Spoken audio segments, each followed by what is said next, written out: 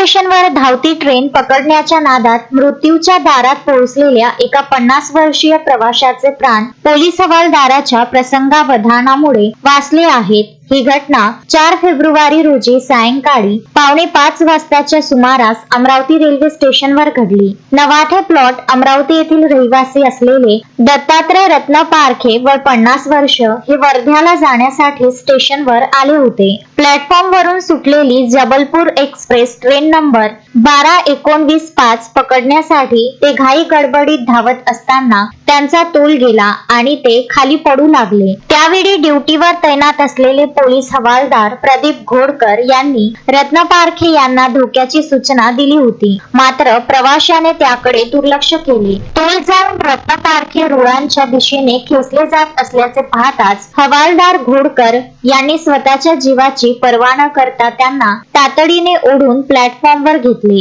या धाडसी कामगिरीबद्दल प्रवाशाने पोलिसांचे आभार मानले आहेत। नागपूर लोहमार्ग पोलिसांनी या निमित्ताने प्रवाशांना कळकळीचे आवाहन केले आहे की धावत्या ट्रेनमध्ये चढणे, उतरणे किंवा रेल्वे रोड ओलांडणे असे जीवघेणे कृत्य कोणीही करू नये। शोएब खान, विदर्भ न्यूज, अमरावती।